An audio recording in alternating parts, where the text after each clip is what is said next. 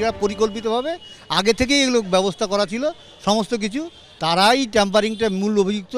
আমরা চাইবো যে তাদের কঠোর থেকে কঠোর শাস্তি হোক, তাদেরও ডেকে সিবিআই জিজ্ঞাসাবাদ করুক। এই ব্যাপারটা সিবিআইকে দেখার জন্যই আদালতে জমা দেওয়া হয়েছে। সিবিআইকে বলা হোক যেন অর্ডার দেন যে ঠিকঠাক মতো দেখে।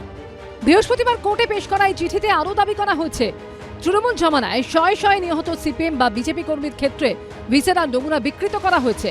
ভিসেরার নমুনার সঙ্গে বাইরে থেকে কিছু মেশানো হয়েছে। ইচ্ছাকৃতভাবে পরীক্ষার ফলাফলে কারচুপি হয়েছে। প্রথম থেকেই বলেছি এটা নতুন নয়, এটা সেই তখনকারই ঘটনা। নমুনা যে সংগ্রহ করা হয়েছিল সেগুলো পড়েছিল এবং যারা নমুনা সংগ্রহ করেছিল তাদের কোনো গ্লাভস পরা ছিল না, মানে নিয়ম মেনে কিছুই হয়নি।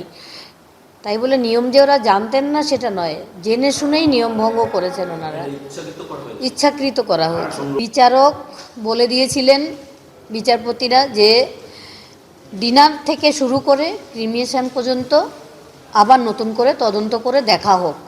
সেই যে তদন্ত কমিটি গঠন করা হয়েছিল তারা একেবারে ভোগাস, সেটা আমি বলছি না, বলেছেন বিচারপতিরাই যে এই রিপোর্টে কিচ্ছু নেই। বৃহস্পতিবার শিয়ালদা আদালতে এসিজেএম এর এজলাসে চিঠিটি জমা দেয় আজিকর মেডিকেলে নিহত চিকিৎসকের পরিবার। সবকিছু নিয়ে তদন্ত হবে, যারা অন্যায় করেছেন এ ভয়ানক অভিযোগ এ যদি প্রমাণিত হয়, তিনি যেই হন না কেন, তার যাই ক্ষমতা থাক না কেন, তাকে জেলেতে পৌঁছতে হবে। সত্যের জন্য যে কোনো বিষয়ে নতুন কিছু এলেই সেটা তদন্তে নিশ্চয়ই কাজে লাগানো উচিত, কিন্তু এই ধরনের ক্ষেত্রে যেটা রাজনৈতিক বিরাট ইঙ্গিতবাহী এবং প্রভাবপুষ্ট সেই রকম কোনো চিঠি, মানে সেই চিঠি যিনি লিখছেন তার উদ্দেশ্য, তার বিশ্বাসযোগ্যতা বা তিনি কিসের ভিত্তিতে লিখছেন, তিনি কি টিমটায় ছিলেন, তিনি আদৌ টিমটায় ছিলেন কি না, তার কাছে কি প্রমাণ আছে, নাকি তিনি হঠাৎ বাজার গরম করে দিতে এগুলো লিখে দিলেন, একটা স্পর্শকাতর ইস্যু, আবেগের জায়গা, সেগুলো খতিয়ে দেখা উচিত।